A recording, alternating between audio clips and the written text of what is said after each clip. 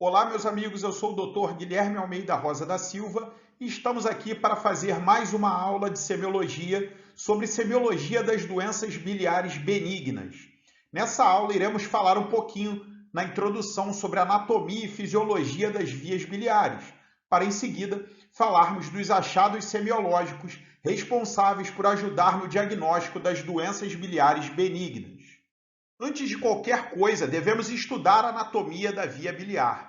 A via biliar é o conjunto de estruturas formado principalmente pela vesícula biliar e os ductos biliares, né? Ducto cístico e o ducto colédoco, que irá desembocar no duodeno, estão anexos ao fígado.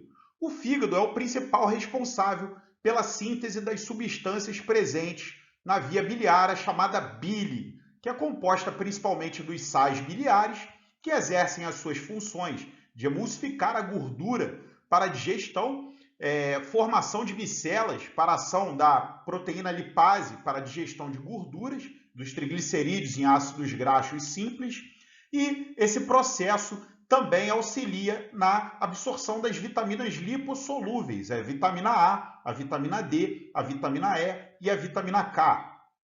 Outro composto presente na bile é o colesterol, sendo então a eliminação pelas vias biliares um momento importante para o metabolismo do colesterol, ajudando na eliminação do excesso dessas substâncias.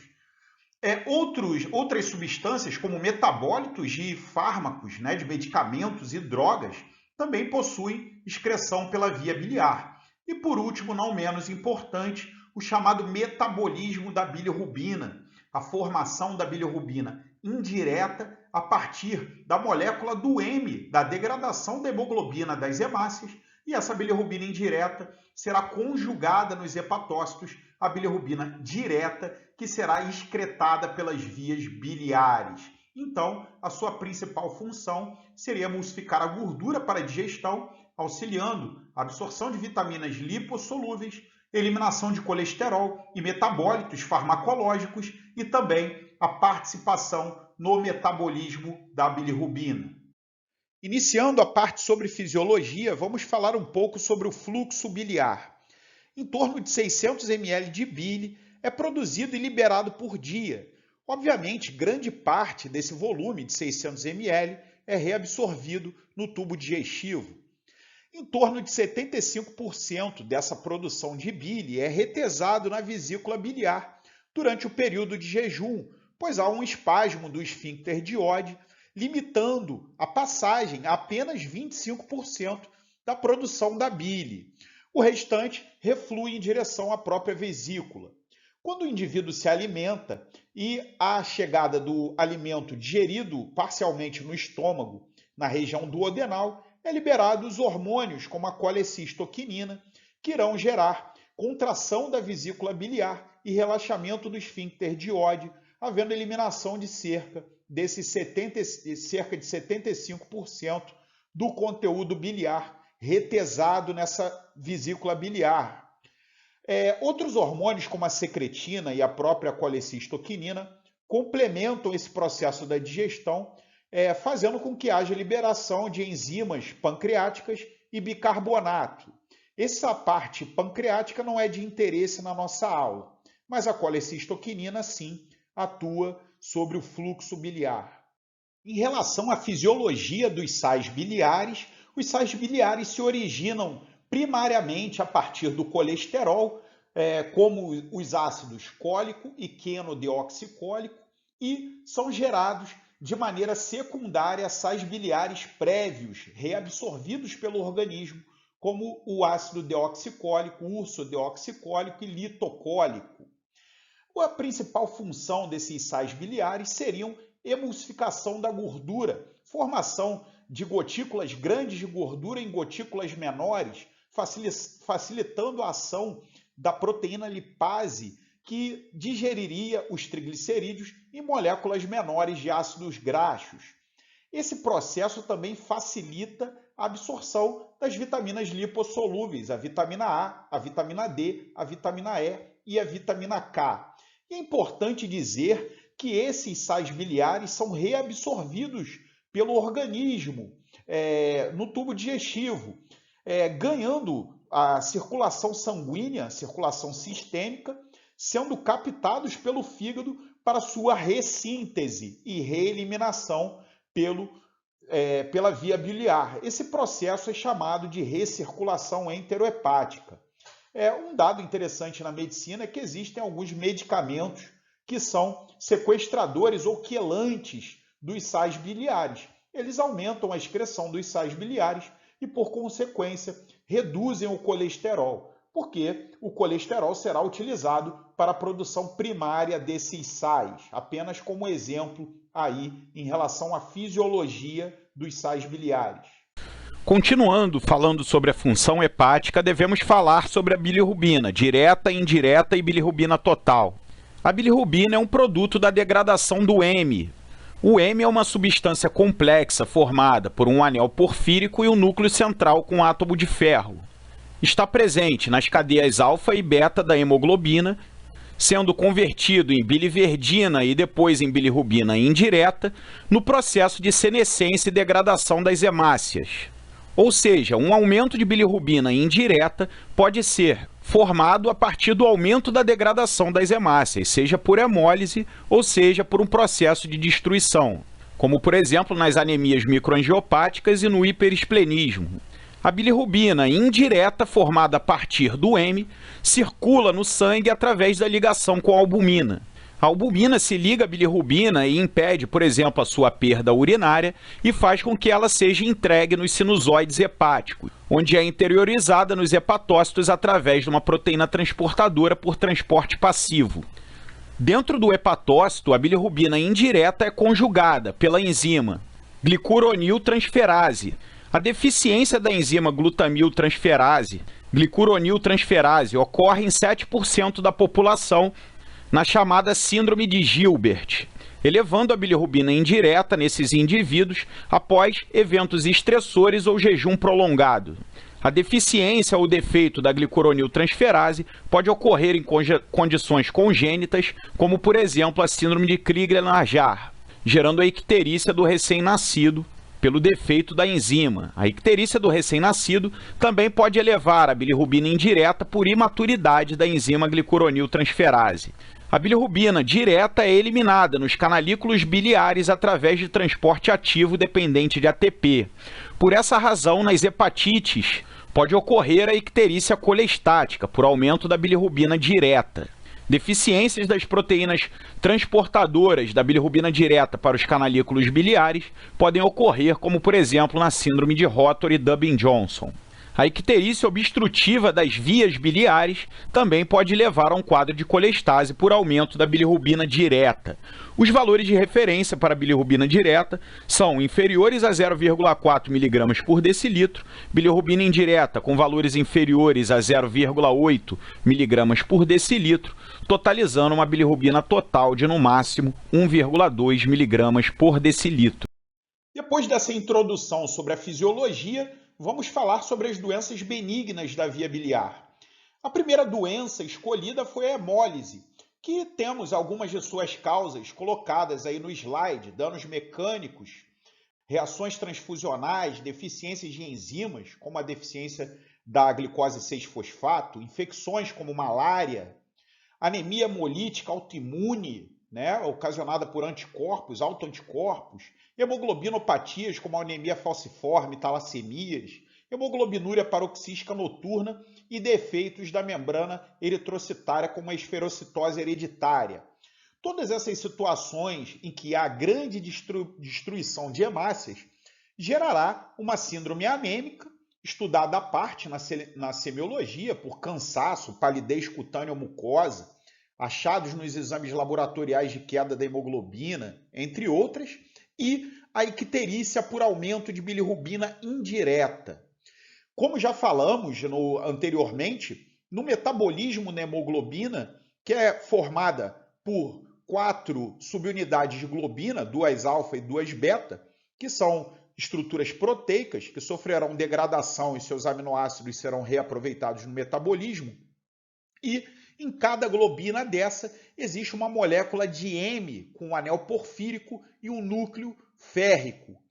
Esse átomo de ferro será disponibilizado para o organismo e o anel porfírico será degradado em biliverdina, que se transformará em bilirrubina livre e, por consequência, bilirrubina indireta, que circulará no sangue conjugada à albumina. Ou seja, um excesso de destruição das hemácias ocasionará, além da síndrome anêmica, o aumento da bilirrubina indireta, que semiologicamente se manifestará como icterícia. Na figura acima, demonstramos dois bebês aí, sendo que o de cima ictérico, com pele e escleras amareladas, e o de baixo com a coloração normal, apenas para título de comparação. A icterícia, então, é o amarelamento da pele e escleras devido, neste caso específico da hemólise, ao aumento da bilirrubina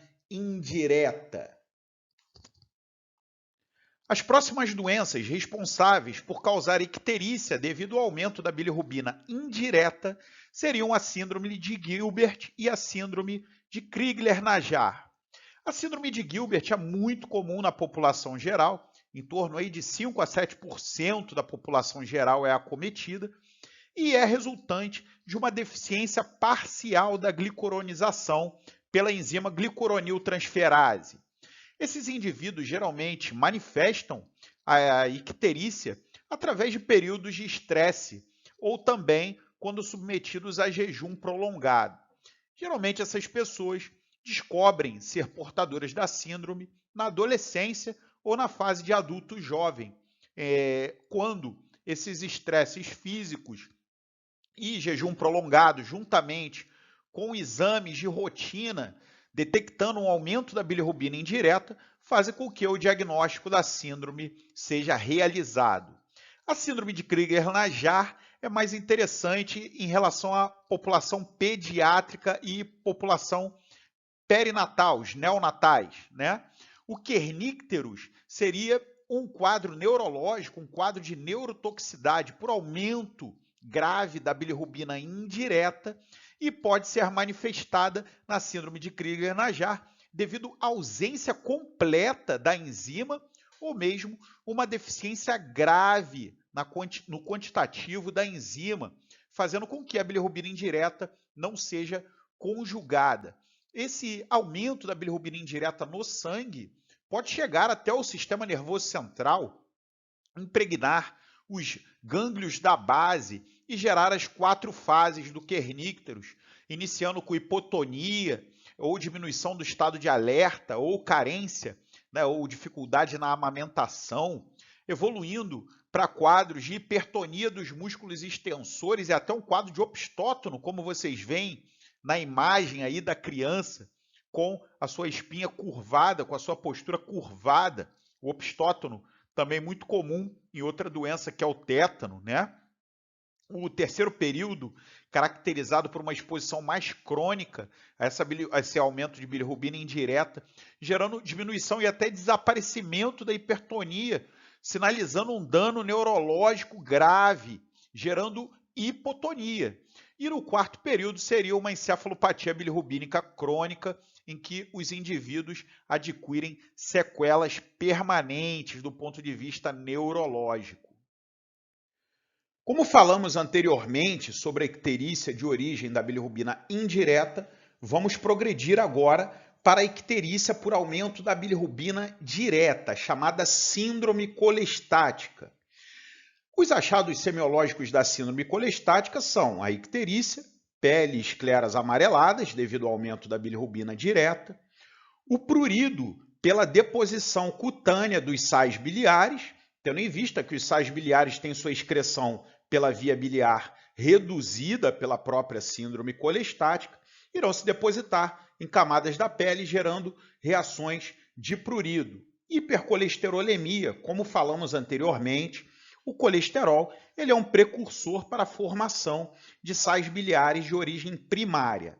Naturalmente, com a redução da excreção biliar desses sais biliares, existe uma redução na utilização do colesterol nesse metabolismo, gerando hipercolesterolemia, assim como a própria bile é uma via de excreção direta do colesterol.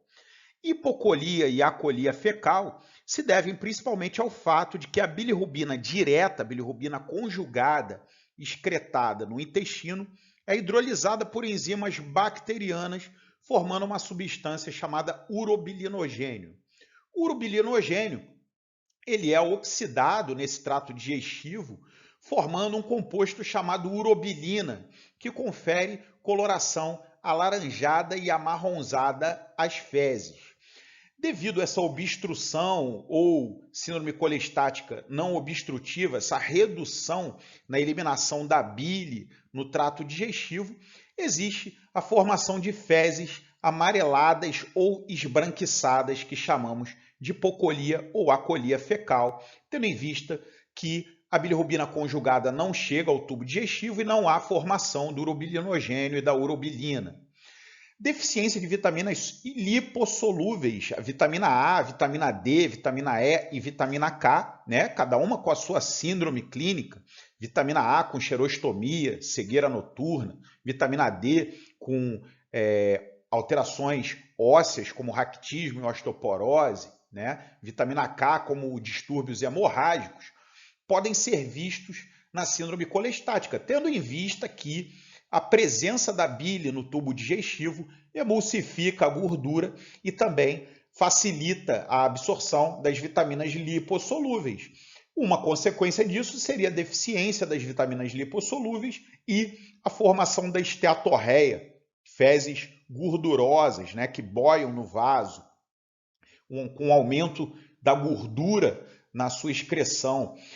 A esteatorreia também é devido à falta, né, da bile, da ação da bile no tubo intestinal, fazendo com que aquela gordura não sofra ação adequada da proteína lipase, não sofra digestão e absorção adequada, havendo eliminação de excesso de gordura nas fezes. E por consequência, como a gordura é um composto altamente calórico da dieta, pode originar a perda ponderal, a perda de peso. Então, a síndrome colestática, semiologicamente, é composta por icterícia, prurido, hipercolesterolemia, hipocolia ou acolia fecal, deficiência de vitaminas lipossolúveis e esteatorreia e perda de peso. Além ainda da colúria, né? O último item aí da síndrome colestática, a colúria, que se deve à eliminação da bilirrubina direta pela urina. Aquela bilirrubina direta que seria eliminada, né, pela via biliar, acaba, né, tendo a sua concentração aumentada no sangue, sendo filtrada pelos glomérulos e eliminada na urina, conferindo a cor de fezes à própria urina, uma cor amarronzada escura, sendo aí a colúria o último item componente da síndrome colestática. Nesse slide, gostaríamos de mostrar para vocês alguns achados crônicos semiológicos da síndrome colestática. O primeiro deles seria a formação de depósitos de colesterol peripalpebrais, que nós chamamos de chantelasmas, e depósitos de colesterol na pele, demonstrados na figura pelos xantomas tuberosos.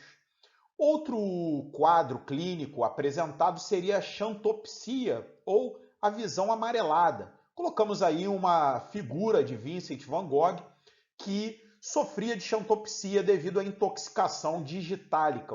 A obra de Van Gogh é marcada por esses quadros de visão amarelada, semelhante ao apresentado por um indivíduo com síndrome colestática crônica, xantopsia. Outros dois achados semiológicos nessa situação seriam o baqueteamento digital e a formação do aumento da camada córnea da pele, a chamada hiperqueratose. Vamos falar agora um pouquinho sobre causas de síndrome colestática. Temos dois grupos principais em relação às causas: a colestase obstrutiva e a colestase não obstrutiva. Em relação a formas não obstrutivas, são aquelas que reduzem o transporte ativo da bilirrubina direta do hepatócito ao canalículo biliar, representado principalmente pela insuficiência hepática originada de hepatites, como hepatites virais crônicas, como hepatite C, cirrose pelo vírus C, né, cirrose pelo vírus B, causas tóxicas como cirrose alcoólica, e também de origem genética por falha nesses transportadores, representada pela síndrome de Rotor e Dubin-Johnson. Então, nesse processo de excreção da bilirrubina direta para o canalículo biliar, principalmente se ocasionado por depressão de ATP por insuficiência hepática, como aquela vista na cirrose, como por alterações do canalículo, do transportador para o canalículo dessa bilirrubina direta, representada pela síndrome de Rotor e Dubin-Johnson. Sobre as formas obstrutivas, falaríamos então da semiologia das doenças malignas da via biliar, representada pelas neoplasias como o tumor de Klatskin, o tumor aqui da bifurcação dos ductos hepáticos para formar o ducto colédoco, neoplasias do próprio ducto biliar, como neoplasias periampulares, como tumores de cabeça de pâncreas, tumores da papila duodenal, que isso seria uma outra situação, seria a descrição da semiologia das alterações da via biliar malignas, que não é o escopo dessa nossa aula. Existem outras causas de formas obstrutivas, como, por exemplo, a impactação de cálculos biliares na via biliar, litíase biliar, como também impactação por eumintos. Já vi casos de ascaris lumbricoides entrando na via biliar, impactando, levando síndrome colestática de forma obstrutiva, ou mesmo alterações raras, como a rarefação e a genesia dos ductos biliares. Agora iremos falar sobre as lesões inflamatórias da via biliar. Primeiramente, vamos falar do quadro de colecistite aguda. A colecistite, como o nome já diz, é um quadro inflamatório da vesícula biliar, geralmente originado de um quadro de formação de cálculos ou litíase biliar, por um desequilíbrio na composição da bile, a bilirrubina, os sais biliares, o conteúdo de colesterol e também de lecitina. A formação dos cálculos pode ocorrer em decorrência de inúmeros fatores de risco, como obesidade, perda súbita de peso, uso de medicamentos, entre outros, predisposição genética e familiar. O que importa é que, perante a formação desses cálculos, através da compressão e da contratura da vesícula biliar, principalmente durante o período de alimentação, pode fazer com que esses cálculos, ao tentarem ser expulsos, fiquem impactados na saída dessa vesícula. Essa impactação eleva a pressão no interior da vesícula biliar, estimulando a produção de citocinas inflamatórias, como, por exemplo, prostaglandinas.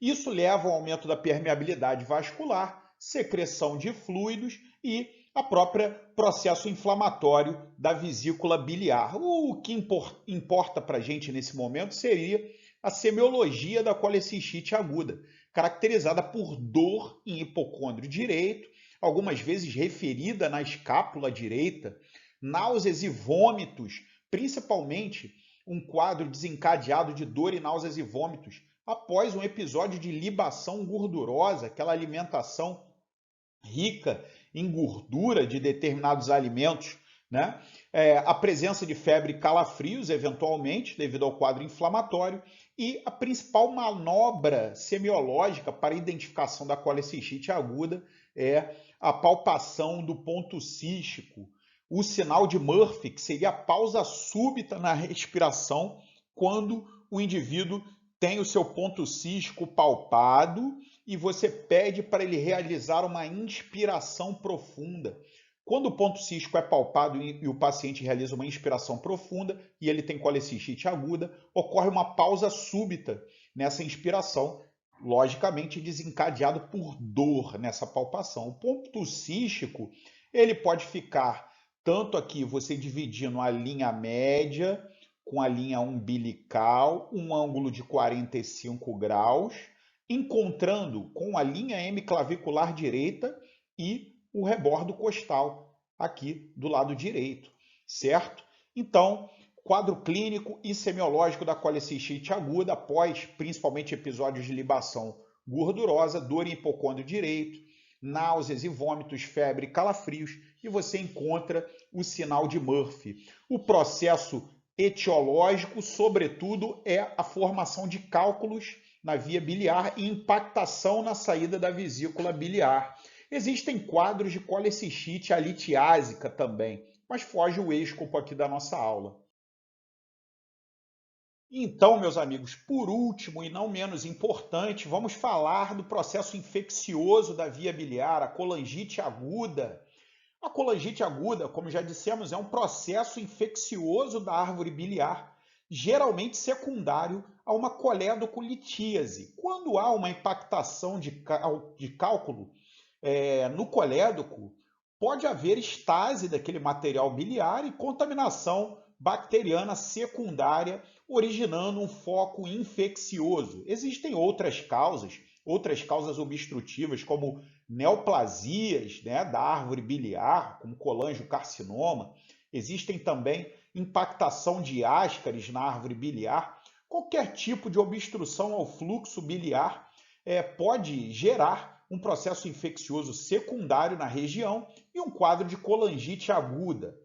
O quadro de colangite aguda, semiologicamente falando, é caracterizado pela tríade de Charcot, a tríade de febre, dor e icterícia, né? A icterícia pela síndrome colestática obstrutiva, a dor na região pelo quadro inflamatório e a febre pelo processo infeccioso inflamatório.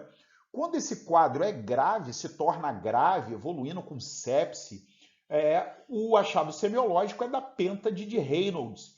A tríade de Charcot, febre, dor e icterícia, recebe mais dois elementos, hipotensão arterial e rebaixamento do nível de consciência com confusão mental. O quadro de colangite aguda é uma emergência médica, potencialmente fatal, né? Então, os achados semiológicos devem ser de conhecimento geral dos médicos, um reconhecimento deve ser precoce para início do tratamento. Gostaria de agradecer vocês por acompanhar essa aula. É uma aula que eu gosto bastante, exige um raciocínio de anatomia, bioquímica, fisiologia associada à clínica médica e à semiologia. Então, é uma aula bastante interessante. Espero que todos vocês tenham gostado. Um forte abraço e até a próxima aula.